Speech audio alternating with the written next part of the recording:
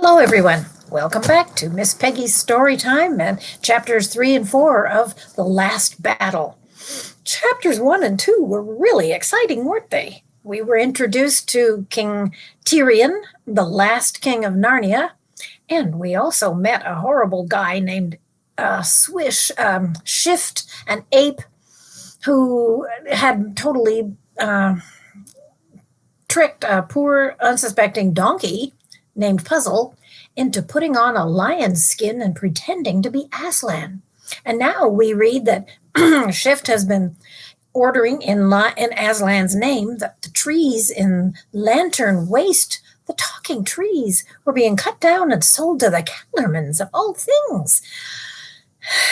When King Tirian heard about this, you remember that he sent his centaur down to Cair Paravel to raise an army and come and help him, but he and the beautiful white unicorn, whose name was Jewel. That's right. Miss Peggy has got a lot of names to remember here.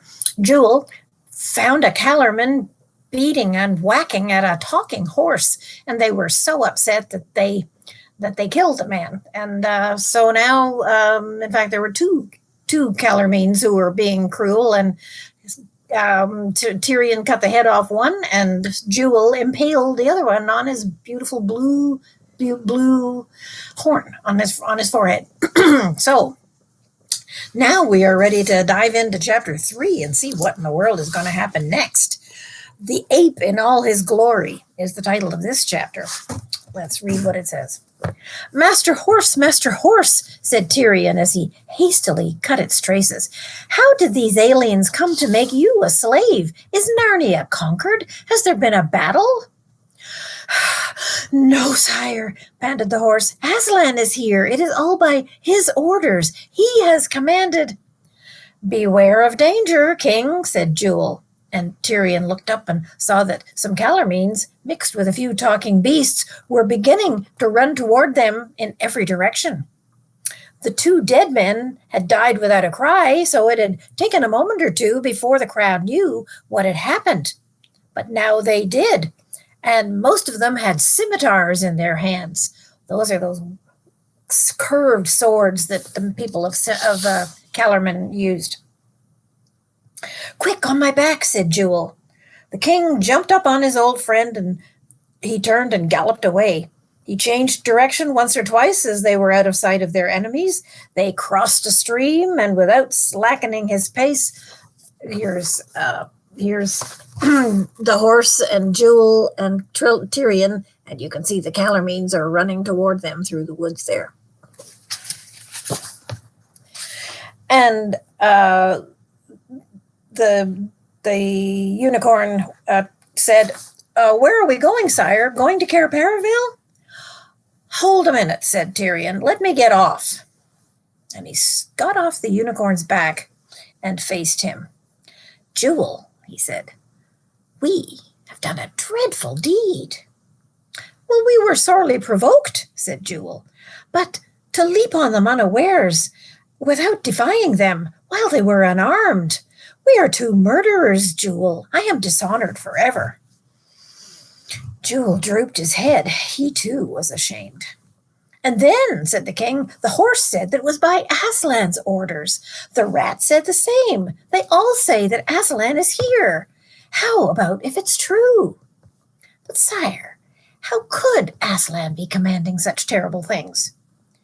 He's not a tame lion, said Tirian. Would we know what he would do? We who are murderers, Jewel, I am going back. I will give up my sword, and I will put myself in the hands of those Calormenes and ask that they bring me before Aslan and let him do justice on me. You'll go to your death then, said Jewel. Do you think that I care if Aslan dooms me to death? Said the king. That would be nothing at all. Wouldn't it be better to be dead than have the horrible fear that Aslan had come and is not like the Aslan we have believed in and longed for? It's as if the sun rose one day and it was a black sun. I know, said Jewel, or if you drank water and it was dry water. You are in the right, sire. This is the end of all things. Let us go and give ourselves up. There's no need for both of us to go. If ever we loved one another, let me go with you now, said the unicorn. And if you're dead and Aslan is not Aslan, well, then what good is life to me? So they turned and walked back together, shedding bitter tears. As soon as they came to the place where the work was going on, the Calormenes raised a cry and came running toward them with their weapons in hand. But the king held out his sword with the hilt toward them and said, I, who was king of Narnia and now a dishonored knight, give myself up to the justice of Aslan. Bring me before him. And I give myself up too, said Jewel. Then the dark men came around them in a thick crowd, smelling of garlic and onions, and their white eyes flashing dreadfully in their brown faces. They put a rope around Jewel's neck. They took the king's sword away and tied his hands behind his back. One of the Calormenes, who had a helmet instead of a turban and seemed to be in command, snatched the gold crown off Tyrion's head and hastily put it away somewhere among his clothes. They led the two prisoners uphill to a place where there was a big clearing, and this is what the prisoners saw. At the center of the clearing, which was also the highest point on the hill, there was a little hut like a stable with a thatched roof. Its door was shut. On the grass in front of the door there sat an ape. Tyrion and Jewel, who had been expecting to see Aslan and had heard nothing about an ape yet, were very bewildered when they saw it. The ape was, of course, Shift himself, but he looked 10 times uglier than when he lived by Cauldron Pond, for he was now dressed up. He was wearing a bright red jacket, which did not fit him very well, having been made for a dwarf. He had jeweled slippers on his back feet, which would not stay on properly because, as you know, the hind paws of an ape are really like hands. He wore what seemed to be a paper crown on his head. And there was a great pile of nuts beside him, and he kept cracking nuts with his jaws and spitting out the shells. And also he kept on pulling up the scarlet jacket to scratch himself. A great number of the talking beasts stood facing him, and nearly everyone in that crowd looked miserable and bewildered. And when they saw who the prisoners were, they groaned and whimpered. "O Lord Shift, mouthpiece of Aslan," said the chief Calormene, "we bring you prisoners. By our skill and courage, and by permission of the great god Tash, we have taken alive these 2 desperate murderers." "Give me that man's sword," said the ape. So they took the king's sword and handed it, with the sword belt and all, to the monkey. And he hung it around his neck, and that made him look sillier than ever. "We'll see about those 2 later," said the ape, spitting out a shell in the general direction of the 2 prisoners. "I have some other business first. They can wait. Now listen to me, everybody. The first thing I want to say is about the nuts. Where has that head squirrel gotten to?" "I'm here, sir," said a red squirrel, coming forward and making a nervous little bow. "Oh, you are you?" said the ape with a nasty look. "Now you listen to me. Aslan wants more nuts. Those you brought aren't nearly enough. You must bring more, do you hear? Twice as many, and they'd better be here by sunset tomorrow. And there must better not be any bad ones or any small ones among them." A murmur of dismay ran through the other squirrels, and the head squirrel plucked up the courage to say, "Please, would Aslan himself speak to us about it if we could only see him?" "Well, you won't," said the ape. "He may be very kind, though that's a lot more than most of you deserve, and he might come out for a few minutes tonight. Then you could all have a look at him. But he will not have you all crowding around him and pestering him with questions. Anything you want to say to him will be passed on through me, if I think it's worth bothering him about. In the meantime, all you squirrels had better go and see about those nuts, and make sure they're here by tomorrow evening, or by my word, you will catch it." The poor squirrels all scampered away as if dogs were after them. This new order was terrible news for them. The nuts they had carefully hoarded for the winter were nearly all eaten by now, and the few of them that they had left had already given the ape far more than they could spare. Then a deep voice, it belonged to a great tusked and shaggy boar, spoke from another part of the crowd. But why can't we see Aslan properly and talk to him? By the way, here's a picture of the ape with his pile of nuts, looking ridiculous, and the squirrel there hearing his orders to go get lots more. Why can't we see Aslan properly and talk to him? It said. When he used to appear in Narnia in the old days, everybody could talk to him face to face. Don't you believe it, said the ape. And even if it was true, times have changed. Aslan said he's been far too soft with you before, do you see? Well, he isn't going to be soft anymore. He's going to lick you into shape this time. He'll teach you to think that he's a tame lion. A low moaning and whimpering was heard among the beasts, and after that a dead silence which was more miserable still. And now there's another thing you've got to learn, said the ape. I hear some of you saying that I'm an ape. Well, I'm not. I'm a man. If I look like an ape, it's because I'm so very old, hundreds and hundreds of years old. And it's because I'm so old that I'm so wise. And it's because I'm so wise that I'm the only one that Aslan is ever going to speak to. He can't be bothered talking to a lot of stupid animals. He'll tell me what you've got to do. And I'll tell it to the rest of you. And you take my advice and see you do it in double quick time, for he doesn't mean to stand for any nonsense. There was dead silence except for the noise of a very young badger crying and his mother trying to keep him quiet. And now here's another thing, said the ape, went on, putting a fresh nut into his cheek. I hear that some of the horses are saying, let's hurry up and get this job carrying timber over as quickly as we can, and then we'll be free again. Well, you can get that idea out of your heads at once, and not only the horses either. Everyone who can work is going to be made to work in future. Aslan has it all settled with the king of Calormen, the Tisroc, as our dark-faced friends the Calormens call him. All you horses and bulls and donkeys are to be sent down to Calormen to work, pulling and carrying the way horses and such do in other countries. And all of you digging animals like moles and rabbits and dwarfs are going down to work in the Tisroc's mines. No, no, no, howled the beast. This can't be true. Aslan would never sell us into slavery to the king of Calormen. None of that. Hold your noise, said the ape with a snarl. Who said anything about slavery? You won't be slaves. You'll be paid. Very good wages, too. That is, your pay will be put into Aslan's treasury, and he will use it for everybody's good. Then he glanced and almost winked at the chief Calormen. The Calormen bowed and replied in the pompous Calormen way, Most wise mouthpiece of Aslan, the Tisroc, may he live forever, is wholly of one mind with your lordship about this judicious plan. There, you see, said the ape, it's all arranged, and it's all for your own good, too. We'll be able, with the money you earn, to make Narnia a country worth living in. There'll be oranges and bananas pouring in, and roads and big cities and schools and offices and whips and muzzles and saddles and cages and kennels and prisons and everything.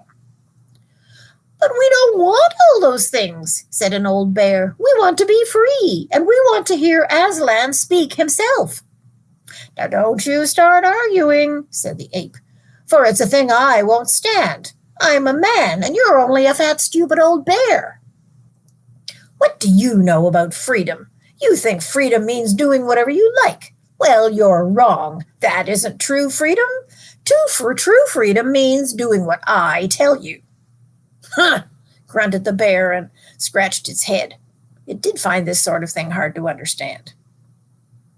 Please, please, said the high voice of a woolly lamb who was so young that everyone was surprised that he dared speak at all. What is it now? Said the ape. Be quick. Please, said the lamb, I can't understand. What do we have to do with the Calormens? We belong to Aslan. They belong to Tash. They have a god named Tash. They say he has 4 arms and the head of a vulture. They say he kills men on his altar. I don't believe there's any such person as Tash, but if there was, how could Aslan be a friend with him? All the animals cocked their heads sideways, and all their bright eyes flashed towards the ape. They knew that it was the best question anybody had asked yet. The ape jumped up and spat at the lamb. You baby, you silly little bleeder, go home to your mother. What do you understand about such things? But all you others, you listen. Tash is only another name for Aslan. All that old idea of us being right and the Calormenes being wrong is silly. We know better now.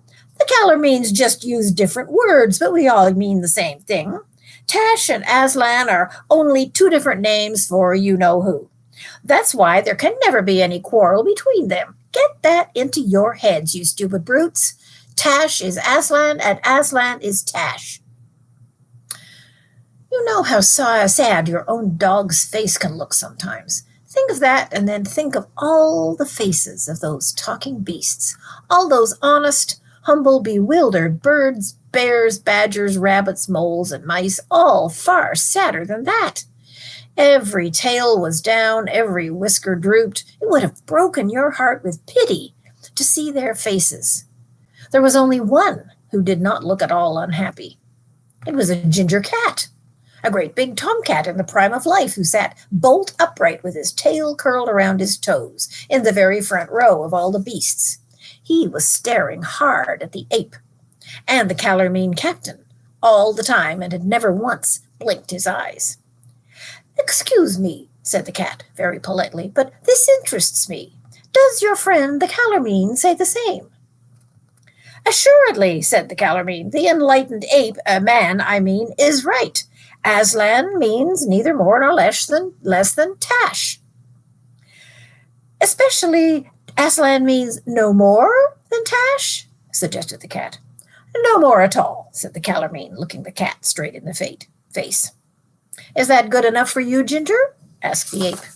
Oh, certainly, said Ginger coolly. Thank you very much. I only wanted to be clear. I think I'm beginning to understand.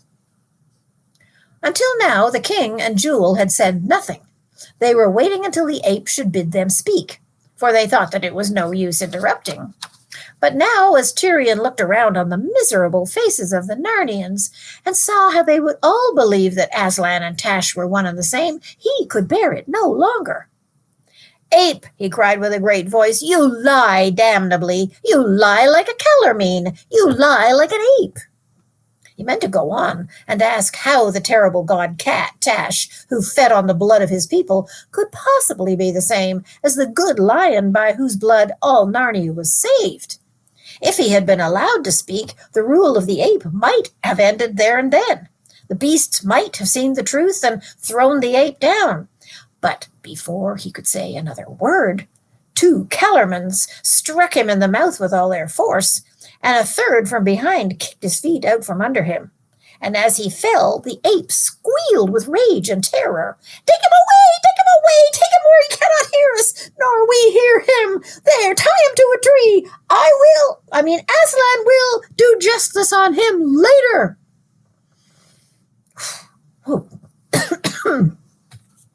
Chapter 4. What happened that night? The king was so dizzy from being knocked down that he hardly knew what was happening until the Calormenes untied his wrists and put his arms straight down by his side and set him with his back against an ash tree. Then they bound ropes around his ankles and his knees and his waist and his chest and left him there. What worried him the worst at the moment, for it is often the littlest things that are hardest to stand, was that his lip was bleeding where they had hit him, and he couldn't wipe away the little trickle of blood that was running down his chin and already tickling him. From where he could still see the little stable at the top of the hill and the ape sitting in front of it, he could just hear the ape's voice, still going on, and every now and then some answer from the crowd, but he couldn't make out the words. I wonder what they've done to Jewel, thought the king. Presently, the crowd of beasts broke up and began going away in different directions. Some of them passed close to Tirian. They looked at him as if they were frightened and sorry to see him tied up, but none of them spoke. Soon they had all gone, and there was silence in the wood. Then hours and hours went past, and Tyrion first became very hungry, and then, as the afternoon dragged on and turned into evening, he became cold too, and thirsty. His back was very sore. The sun went down, and it began to be twilight. When it was almost dark, Tyrion heard a light pitter-patter of feet, and saw some small creatures coming toward him. The three on the left were mice, and there was a rabbit in the middle and two moles. Both of these were carrying little bags on their backs, which gave them a curious look in the dark, so that first he wondered what kind of beast they were. Then, in a moment, they were all standing up on their hind legs, laying their cool paws on his knees and giving his knees snuffly kisses. They could reach his knees because talking animals in Narnia are bigger than the dumb beasts of the same kind here in America or in England. "Lord King, dear Lord King," said their shrill little voices, "we're so sorry for you. We dare not untie you because Aslan might be angry with us, but we have brought you your supper." At once the first mouse climbed nimbly up until he was perched on the rope that bound Tyrion's chest, and was wrinkling his blunt nose in front of Tyrion's face. Then the second mouse climbed up and hung on just below the first mouse, and the other beasts stood on the ground and began handing things up. Here they are. There's poor Tyrion tied to the tree, and the animals are going to give him some dinner. "Drink, sire, and then you'll find you'll be able to eat," said the topmost mouse, and Tyrion found that a little wooden cup was being held to his lips. It was only the size of an egg cup, so that he had hardly tasted the wine in it before it was empty. But then the mouse passed it down, and the others refilled it, and it was passed up again, and Tyrion emptied it a second time. In this way they went on until he'd had quite a good drink, which was all the better for coming in little doses, for that is more thirst-quenching than one long drink. "Here is cheese, sire," said the first mouse, but not very much, for fear it would make you too thirsty again. And after the cheese, they fed him with some oat cakes and fresh butter, and then with some more wine. "And now, hand up the water," said the first mouse, "and I'll wash the king's face. There's blood on it." Then Tyrion felt something like a tiny sponge dabbing his face, and it was most refreshing. "Little friends," said Tyrion, "how can I thank you for all this?" "Oh, you needn't," said the little voices. "What else could we do? We don't want any other king. We're your people. If it was only the ape and the Calormenes who were against us, we would have fought till we were cut to pieces. But we can't go against Aslan." "Do you really think it is Aslan?" said the king. "Oh, yes," said the rabbit. "He came out of the stable last night. We all saw him." "What was he like?" said the king. "Oh, like a terrible great lion, to be sure," said one of the mice. "And you think it is really Aslan who is killing the wood nymphs and making you all slaves to the king of Calormen?" "Ah, that's bad, isn't it?" said the second mouse. "It would have been better if we'd all died before this began. But there's no doubt about it. Everyone says it is Aslan's orders, and we've seen him. We didn't think Aslan would be that way. Why, we wanted him to come back to Narnia." "He seems to have come back very angry this time," said the first mouse. "We must all have done something dreadfully wrong without knowing it. He must be punishing us for something. But I do think he might have told us what it is." "I suppose what we're doing right now may be wrong," said the rabbit. "I don't care if it is," said a mole. "I would do it again." But the others said, "Oh, hush, do be careful." And then they all said, "We're sorry, dear king, but we have to go back now. It would never do for us to be caught here." "Oh, leave me at once, dear beasts," said Tyrion. "I wouldn't for all of Narnia bring any of you into danger." Good night," said the beasts, rubbing their noses against his knees. "We'll come back, if we can." Then they all pattered away, and the wood seemed darker and colder and lonelier than it had been before they came. The stars came out and time went slowly on. Imagine how slowly. while the last king of Narnia stood stiff and sore and upright against the tree in his bonds. But at last something happened. Far away there appeared a red light. Then it disappeared for a moment and came back again, bigger and stronger. Then he could see dark shapes going to in front of it, on this side of the light, and carrying bundles and throwing them down. He knew now what he was looking at. It was a bonfire, newly lit, and people were throwing bundles of brushwood onto it. Presently it blazed up, and Tyrion could see that it was on the very top of the hill. He could see quite clearly now the stable behind it, all lit up in the red glow, and a great crowd of beasts and men between the fire and himself. This is what Tyrion could see. See the ape, and now they can see the lion, if it really is a lion.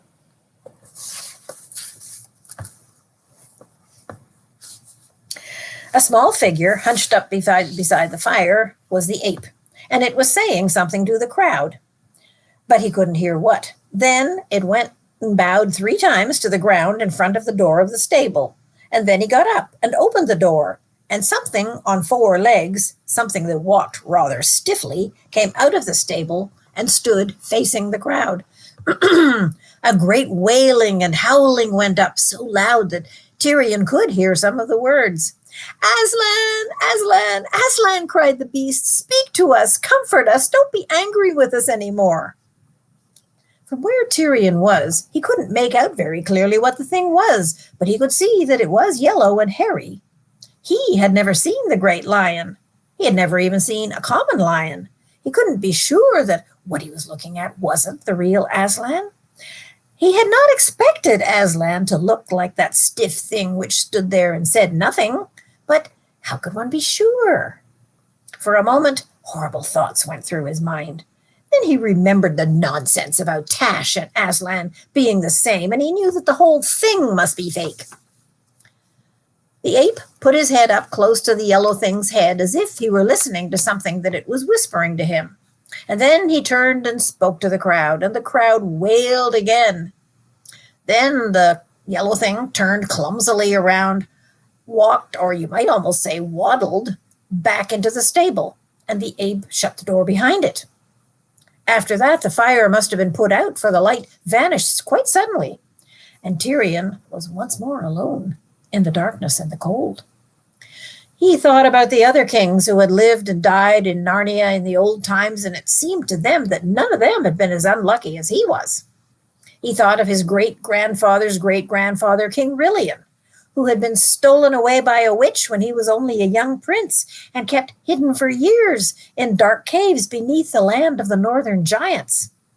But then it had all come right in the end, for 2 mysterious children had suddenly appeared from the land beyond the world's end and had rescued him so that he came home to Narnia and had had a long and prosperous reign. "It's not like that with me," Tyrion thought to himself. And then he thought further back and thought about Rilian's father, Caspian, the seafarer, whose wicked uncle Miraz had tried to murder him, and how Caspian had fled away into the woods and lived among the dwarfs. But that story, too, had come all right in the end. For Caspian also had been helped by children, only there were 4 of them then, who came from somewhere beyond the world's end and fought a great battle and set him on his father's throne. But that was all so long ago. That sort of thing doesn't happen now. And then he remembered, for he had always been good at history when he was a boy, how those same 4 children who had helped Caspian had been in Narnia over 1,000 years before. And it was then that they had done the most remarkable thing of all. They had defeated the terrible White Witch and ended the 100 years of winter. And after that, they had reigned, all 4 of them together, as queens and kings in Narnia, and their reign had been the golden age of Narnia. And Aslan had come into the story a lot, and he came into the other stories a lot too, as Tyrion now remembered. Aslan and children from another world, thought Tyrion. They always came in when things were at their worst. Oh, if only they would come now. And he called out, "Aslan, Aslan, Aslan, please come and help us now." Darkness and the cold and the quietness were just the same. "Let me be killed," cried the king. "I ask nothing for myself, but come and save all of Narnia." And still there was no change in the night or the wood, but there began to be a sudden change inside Tyrion. Without knowing why, he began to feel a faint hope, and he felt stronger. "Oh, Aslan, Aslan," he whispered, "if you will not come yourself, then at least please send me helpers from beyond the world. Or let me call them. Let my voice carry beyond the world." And then, hardly knowing what he was doing, he suddenly cried out in a great voice, "Children, children, friends of Narnia, quick, come to me. Across the worlds I call to you. I, Tyrion, King of Narnia, Lord of Cair Paravel, Emperor of the Lone Islands." And immediately he was plunged into a dream, if it was a dream, more vivid than he had ever had in his life. He seemed to be standing in a lighted room where 7 people were sitting around a table. It looked as if they had just finished their meal. 2 of the people were very old, an old man with a white beard and an old woman with wise, merry, twinkling eyes. The one who sat at the right hand of the old man was hardly fully grown, certainly younger than Tyrion himself, but his face already had the look of a king and a warrior. And you could almost say the same of the other youth who sat on the right-hand side of the old woman. And facing Tyrion across the table sat a fair-haired girl, younger than these, and on either side of her, a boy and a girl who were younger still. They were all dressed in what Tyrion had to say were the strangest of clothes. But he had no time to think about details like that, for instantly the youngest boy and both girls got to their feet, and one of them gave a little scream. The old woman started and drew in her breath sharply. The old man must have made some sudden movement too, for the wine glass, which had stood at his right hand, was swept off the table. Tyrion could hear the tinkling noise as it broke on the floor. Then Tyrion realized that these people could see him. They were staring at him as if they had seen a ghost. But he noticed that the king-like one who sat at the old man's right never moved, though he turned pale, and he clenched his hand very tightly, and then he spoke. "Speak if you're not a phantom or a dream. You have a Narnian look about you, and we are 7 friends of Narnia." Tyrion was longing to speak, and he tried to cry out loud and tell them that he was Tyrion of Narnia in great need of help, but he found, as I have sometimes found in dreams too, that his voice made no noise at all. The one who had already spoken to him rose to his feet.